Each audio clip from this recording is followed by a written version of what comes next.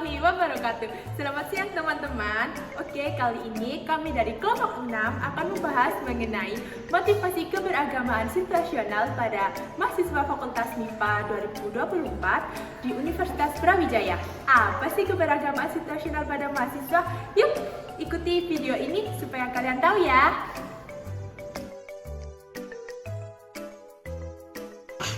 Jadi kenapa sih kita milih topik ini? Kadang tuh ya kita kalau mendekati ujian kita lebih sering tuh kayak berdoanya, berbuat baiknya. Nah itu disebabkan karena apa sih?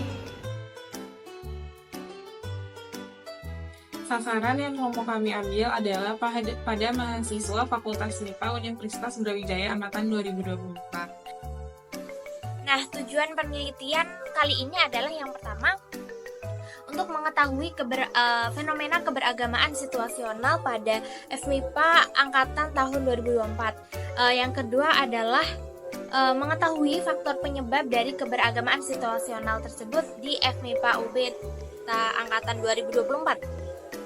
Yang ketiga adalah mengetahui dampak positif dan negatif dari keberagamaan situasional FMIPA UB Angkatan 2024. Dan yang terakhir adalah mengetahui apa yang dapat dilakukan dari dampak negatif positif tersebut pada FMIPA UB Angkatan 2024. Lalu selanjutnya adalah rumusan masalah.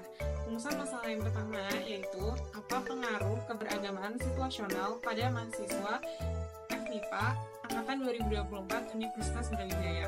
Yang kedua adalah apa faktor keberagamaan situasional pada mahasiswa FMIPA Universitas Brawijaya. Yang ketiga adalah apa dampak positif dan dampak negatif dari keberagamaan situasional pada mahasiswa FMIPA Universitas Brawijaya.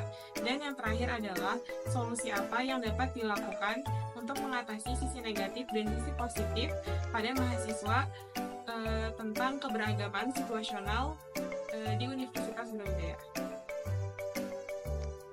Baik, perkenalkan nama saya Salma Takia dari Prodi Matematika Angkatan 24. Nama aku Anjani. Oke, dari Prodi Ilmu Aktuaria. Angkatan 24. Oke, aku perkenalkan nama saya Rahma dari Prodi Teknik Angkatan 2024. Halo semua, di sini saya akan mewawancara Andre dari program studi Ilmu Aktuaria. Nama saya Faradi Sulastya Permadi dari Ilmu Aktuaria.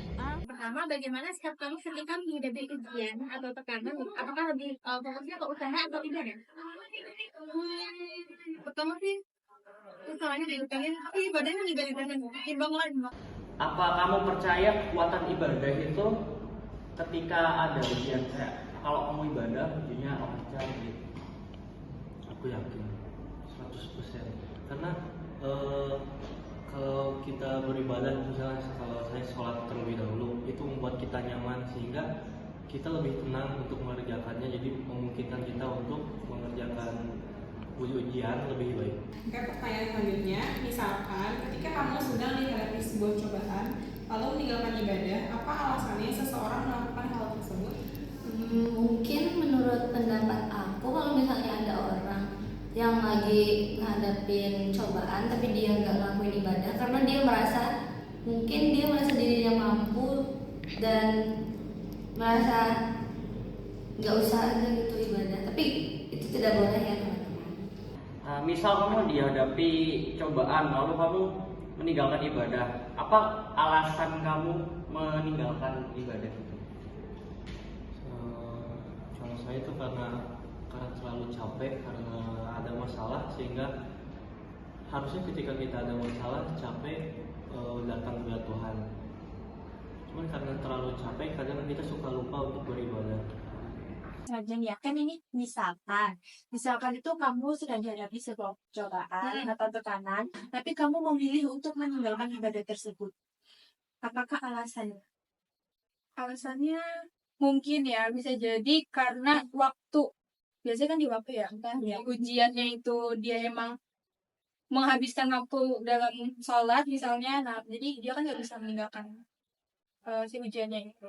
Jadi waktu yang mepet antara ujiannya itu kan ya. Yang terakhir nih, apakah benar bahwa lingkungan sosial dapat mempengaruhi kebiasaan ibadah? Menurutmu bagaimana pengaruhnya? Ya benar, misal dalam satu pertemanan ada 4 orang, 3-nya suka beribadah, satunya enggak. Kan mau nggak mau satunya tuh tidak mau tertinggal gitu, jadi ikut beribadah. Begitu pula sebaliknya, kalau 3-nya tidak beribadah, satunya beribadah, yang satu tuh lama-lama nanti kayak aku nanti ketinggalan kalau nggak ikut mereka main, nah, jadinya terpengaruh gitu. Terima kasih Kak Farah. Iya, sama-sama. Jangan nodai amalan Anda dengan niat duniawi. Berbicara tentang niat yang ikhlas berarti membahas sesuatu amalan hati yang paling berat untuk dilakukan seorang manusia karena besarnya dominasi ambisi nafsu manusia yang sangat bertentangan dengan keikhlasan dalam niat. Kecuali bagi orang-orang yang beriman yang diberikan kemudahan oleh Allah Ta'ala dalam semua kebaikan. Jangan sampai hanya karena satu kesedihan yang Allah letakkan membuat kita lupa akan berjuta-juta nikmat yang telah Allah berikan. Allah berfirman dalam Quran surat An-Nahl ayat 18, "Jika kamu menghitung nikmat Allah, niscaya kamu tidak akan mampu menghitungnya." Jadi nih teman-teman, fenomena keberagamaan situasional di Fakultas MIPA itu beneran ada loh.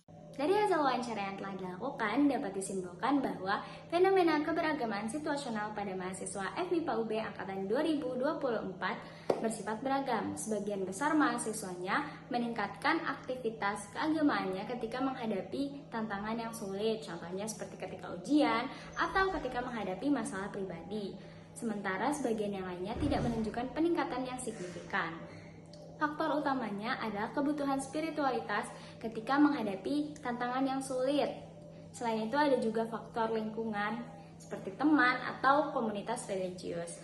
Fenomena ini tentu saja berdampak positif seperti meningkatkan kepercayaan terhadap agama, namun juga beresiko jika hanya dilakukan terhadap hal duniawi semata. Untuk meminimalkan dampak serta memaksimalkan manfaat, perlu diadakan program-program pembinaan seperti mentoring agama, diskusi keagamaan, serta pelatihan-pelatihan untuk mengintegrasikan nilai-nilai spiritualitas ke kehidupan sehari-hari. Nah, itu dia video kami. Terima kasih telah menonton ya teman-teman. Wassalamualaikum warahmatullahi wabarakatuh.